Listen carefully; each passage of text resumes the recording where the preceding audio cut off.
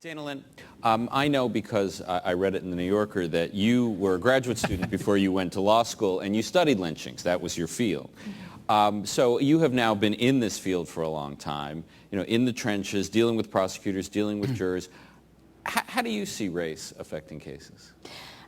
I see race as really defining in many ways the death penalty. I mean, I think we have to be real that it's never been the case that the death penalty is our response to murder. It's never been the case that the death penalty is the penalty that most murderers get. It's a tiny percentage of all murders that have ever gotten the death penalty in this country. And then of the people who get the death penalty, only about 30% of them actually get executed. So it is a symbolic thing. And when it's a symbolic thing, what that means is that we're executing somebody to prove a narrative, to say who we are and who we aren't. We're casting stones to say that that is not me.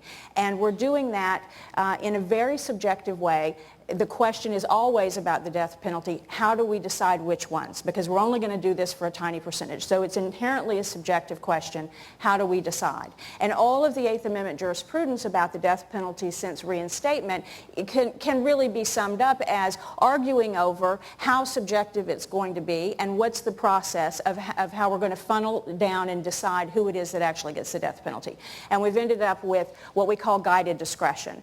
And that means that we've rejected unfettered discretion, which led to racism and that's statistical sort of provable in a way that is intolerable to everyone. And we're going to also reject mandatory death penalty, which means that we're not going to have any crime where you automatically get the death penalty. It's going to always be this individual sort of guided discretion, and that's incredibly subjective. So what ends up happening, I don't believe that prosecutors sit down and say, I'm going to go choose to execute, to seek the death penalty because somebody's black or because their victim's white. I think most prosecutors are very well-meaning people and that they're making decisions for what they think is going to be the right thing.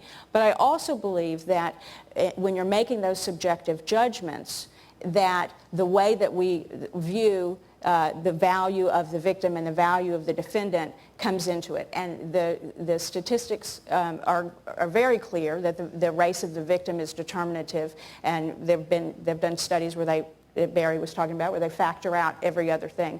And race is the one thing that can explain how we choose. It's also geographic in the sense that there are really only about a dozen counties in the country where we really have the death penalty. I mean, even in Texas, there's only a handful of counties, about 9 or 10 counties that really execute people.